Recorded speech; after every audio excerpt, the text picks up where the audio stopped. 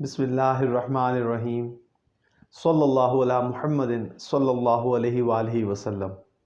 Welcome to the Biolish world viewers.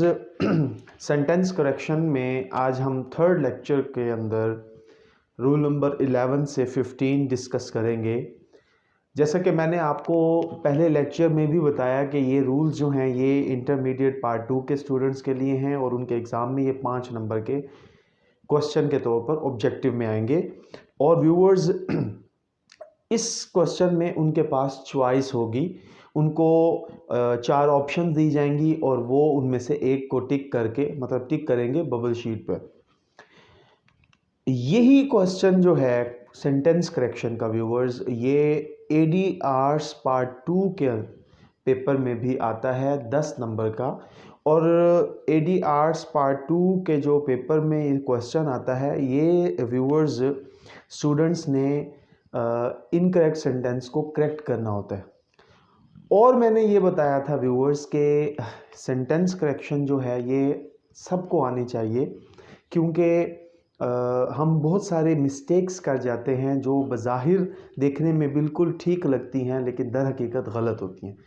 तो ये तकरीबन सब के लिए है, लेकिन ख़ास तौर पर ये इन 2 क्लासेस के लिए जिनका मैंने अभी आपको ज़िक्र किया उनके लिए तो ये पेपर पॉइंट ऑफ व्यू से भी बहुत अहम है। तो आज हम लेक्चर 3 में डिस्कस करेंगे रूल नंबर 11। तो व्यूअर्स रूल नंबर 11 जो है वो है जी टैग क्वेश्चंस। यानी कि आपको पता है कि अगर हम अंग्रेज़ी ज़ुबान में किसी से कुछ पूछते हैं, सवाल करते हैं, तो वो 2 तरह के होते हैं। एक हेल्पिंग वर्ब इमदादी फ़ेल से, जैसे कि आर यू हंग्री, ठीक है जी, ठीक है। और दूसरा जो होता है ना वो होता है WH question, why are you sleeping, ठीक है व्यूअर्स। अब ये 2 तरह के सवाल पूछे जाते हैं, एक हेल्पिंग वर्ब इमदादी फेल से और एक WH से। अच्छा, आप ज़रा नोट कीजिए कि इमदादी फेल से जब सवाल पूछा जाता है तो उसके बाद सब्जेक्ट आता है, लेकिन जब WH से फ़िक्रा बने तो उसके फ़ौरन बाद फिर इमदादी फेल आता है, ठीक है। लेकिन मैंने अभी आपको जिक्र किया कि कुछ टैग क्वेश्चंस होते हैं। टैग क्वेश्चंस कौन से होते हैं? टैग क्वेश्चन वो होते हैं जो सवाल से शुरू नहीं होते, ना इस फॉर्म से ना इस फॉर्म से, बल्कि कोई और बात कही जा रही होती है और उसके अंदर सवाल पूछा जाता है, उसे क्या कहते हैं जी? टैग क्वेश्चंस कहते हैं। अब समझने वाला पॉइंट ये है कि टैग क्वेश्चंस जो होते हैं उनमें ये ख्याल करना होता है कि ये देखें, जैसे हेल्पिंग वर्ब के बाद क्या आया जी? सब्जेक्ट आया है। तो टैग क्वेश्चंस में पता है क्या होता है व्यूअर्स? पहले सब्जेक्ट आता है और फिर हेल्पिंग वर्ब आता है, ठीक है। फॉर एग्जाम्पल, मिसाल के तौर पर, he asked me where was I going. अच्छा व्यूअर्स, अब ज़रा नोट कीजिए। अब मैंने आपको बताया था टैग क्वेश्चन, ये देखें यहाँ से बात शुरू हो रही है। क्या ये सवाल है? क्या ये हेल्पिंग वर्ब है? क्या WH है? नहीं है। तो ये है कि सिंपल स्टेटमेंट्स चल रही होती है व्यूअर्स, और उसमें क्या है जी? ये देखें, ये टैग क्वेश्चन है। और आप ये देखें कि अक्सर यहाँ पर स्टूडेंट ये गलती करते हैं कि इसके लास्ट पे क्वेश्चन मार्क दे देते हैं, जो कि गलत है, क्योंकि आपका जो जुमला है ना वो सवालिया नहीं है, उसके अंदर सवाल को ऐड किया गया। तो अब समझने वाली बात यह है व्यूअर्स कि जब आप किसी जुमले में सवाल को ऐड करते हैं तो ये देखें, ये WH वर्ड, ये उसके फ़ौरन बाद क्या आया? हेल्पिंग वर्ब, ठीक है। ये किस कंडीशन में आता है? जब आपका सवाल सिंपल हो। अब टैग क्वेश्चन के तौर पर यह गलत है। आप क्या करेंगे? He asked me where I was going, ठीक है व्यूअर्स। अब देखें मैंने क्या किया, वेयर WH के बाद मैंने सब्जेक्ट लेकर आया और फिर हेल्पिंग वर्ब लेकर आया, ठीक हो गया व्यूअर्स। तो अब आप इस पॉइंट को अच्छी तरह से समझ गए होंगे कि जब भी टैग क्वेश्चन आएगा वो WH के साथ आएगा तो उसके फ़ौरन बाद हेल्पिंग वर्ब नहीं आएगा, बल्कि हम WH के बाद सब्जेक्ट लेकर आएंगे और फिर हेल्पिंग वर्ब लेकर आएंगे। तो मैं उम्मीद करता हूँ आपको इस रूल की अच्छे से समझ आ गई होगी। अब हम बढ़ते हैं नेक्स्ट रूल की तरफ। Rule number 12। अब क्या है जी, रूल नंबर 12 ये है कि जब भी फिक्रे के अंदर who, how, why, what, whether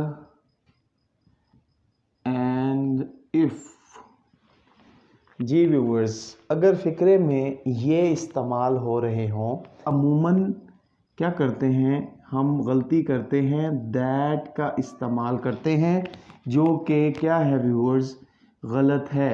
example है, he asked me that if I was going to Karachi. अब ये देखें व्यूअर्स, इस जुमले में इफ़ का इस्तेमाल हुआ है और इफ़ से पहले देखें दैट। तो मैंने आपको क्या बताया, ये अगर वर्ड्स आते हैं और उनमें दैट का इस्तेमाल होता है तो हमने क्या करना है, इस्तेमाल नहीं करना।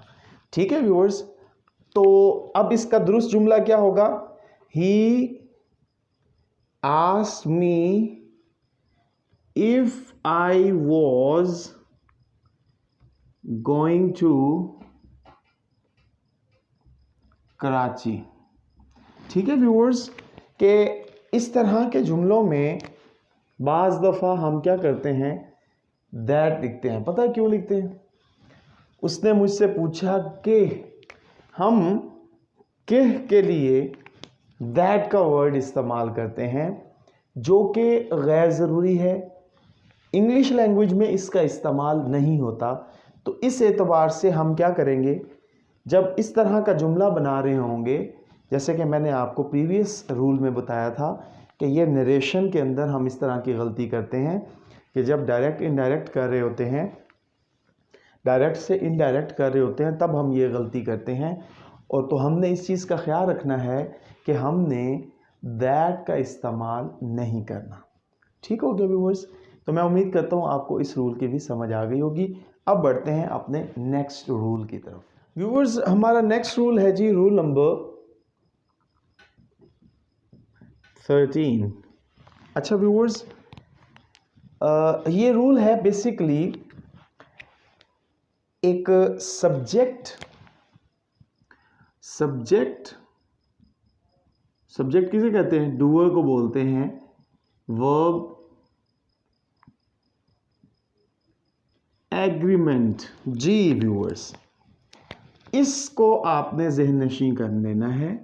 अब हमारे कुछ जुमले, कुछ रूल्स इन्हीं पर मुश्तमिल हैं कि जैसा हमारा सब्जेक्ट होगा वैसा ही हमारा वर्ब होगा। ये एक एग्रीमेंट है, ये एक मुआहिदा है कि जैसा हमारा सब्जेक्ट होगा वो भी हमारा वैसा ही आएगा। फॉर एग्जाम्पल ये देखें, ही गो टू कॉलेज डेली। अब इस जुमले में देखें गलती कहां पर है। इस पॉइंट को मद्देनजर रखते हुए सब्जेक्ट का जैसा होगा वर्ब हमारा वैसा ही आएगा। ये एक एग्रीमेंट है। अब आप में से बहुत सारों ने मिस्टेक जो है ना वो पिक कर ली होगी, क्योंकि ये एक जर्नल सेंटेंस है। और वो क्या थी गलती कि ही जो है ना व्यूअर्स, ये हमारा थर्ड पर्सन सिंगुलर है। और जब भी थर्ड पर्सन सिंगुलर हो कौन से जुमले में, प्रेजेंट सिंपल, प्रेजेंट इंडेफिनिट में, तो हम उसके साथ जो वर्ब होता है उसे हम एस और ई एस के मुताबिक लिखते हैं।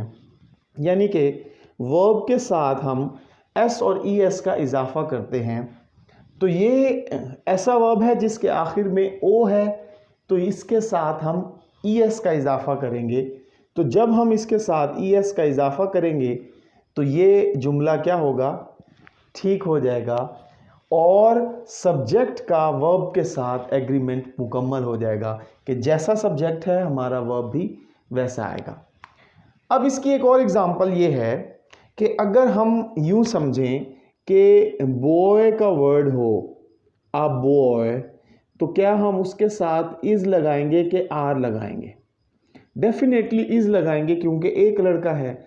और अगर हो द बॉयज, ज़्यादा लड़के हों, तो अब बताइए अब इज आएगा कि आर आएगा? डेफिनेटली आर आएगा। क्यों आर आया? क्योंकि सेकंड वाले हिस्से में लड़के ज़्यादा हैं, ज़्यादा लड़के होने की वजह से हम आर लगाएंगे। फर्स्ट वाले पोर्शन में एक लड़का है, इसलिए हम उसके साथ क्या करेंगे, इज लगाएंगे।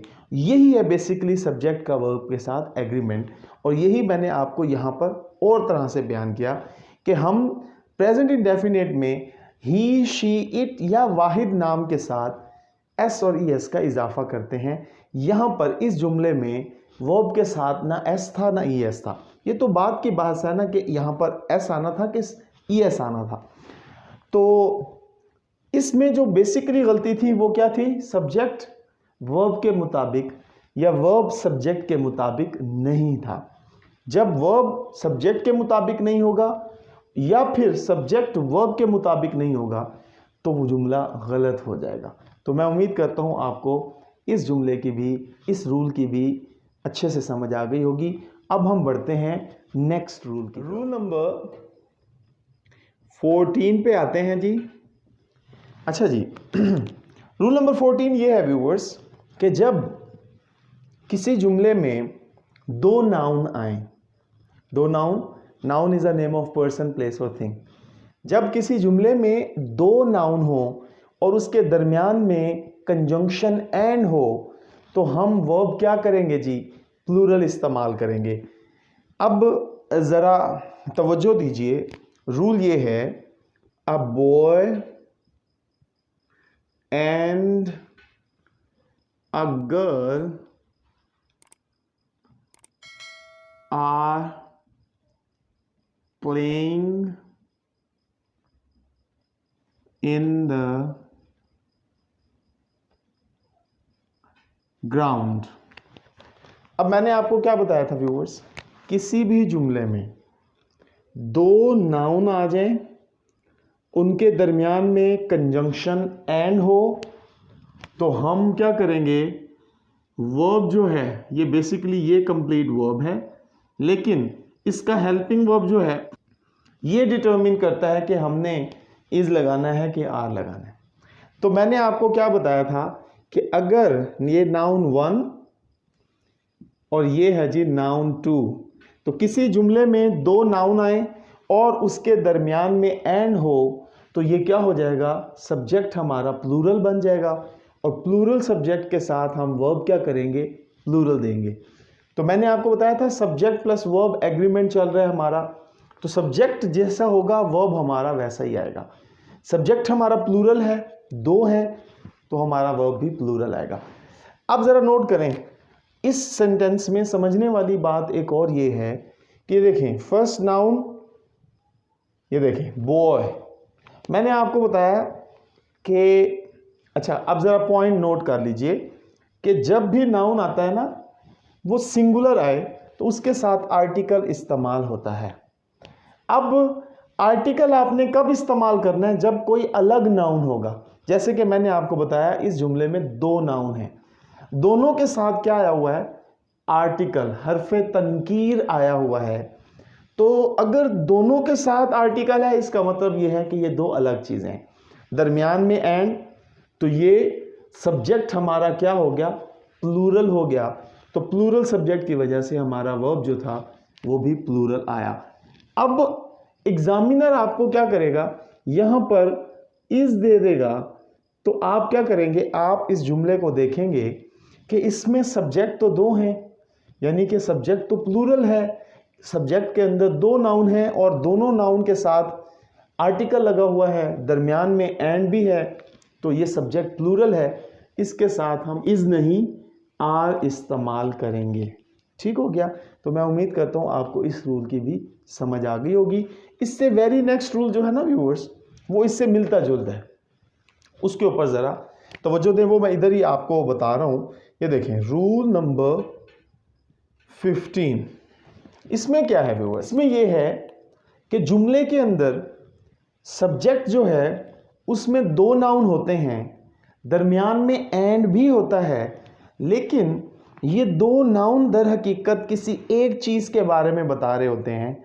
इस वजह से वो बेसिकली एक चीज़ है, यानी कि सिंगुलर सब्जेक्ट है, इस वजह से उसके साथ वर्ब भी सिंगुलर इस्तेमाल होगा। जैसे कि ज़रा गौर फरमाएं, a red and black dog is a barking in the street। अब व्यूअर्स ये एक सेंटेंस है, ज़रा गौर फरमा लीजिए। ये सारा हिस्सा हमारा सब्जेक्ट है, वर्ब से पहले पहले जितना भी हिस्सा होता है वो आपका सब्जेक्ट कहलाता है। अब इसमें देखिए, ये देखें, ये रेड नाउन है, ब्लैक डॉग भी नाउन है। ठीक है, बेसिकली हमें क्या बताया जा रहा है, सुर्ख और स्याह डॉग। अच्छा, दरमियान में एंड भी है। अब इस रूल में देखें, यहां भी नाउन था, ये भी नाउन, और ये क्या है, दरमियान में एंड। लेकिन यहां और यहां में फर्क देखिए कि नाउन 1 जो था ना हमारा, उसके साथ भी आर्टिकल था, और नाउन 2 जो था उसके साथ भी आर्टिकल था, यानी कि ये दो नाउन हो गए। इधर ज़रा नोट फरमाएं, रेड नाउन 1 जो है उसके साथ तो आर्टिकल है, लेकिन नाउन 2 जो है उसके साथ आर्टिकल नहीं है। इसका क्या मतलब हुआ, इसका मतलब ये हुआ कि बेसिकली डॉग जो है वो एक नाउन है, और उस नाउन के दो रंग जो हैं वो हमें बयान किए गए हैं कि एक सुर्ख और स्याह डॉग। ठीक हो गया।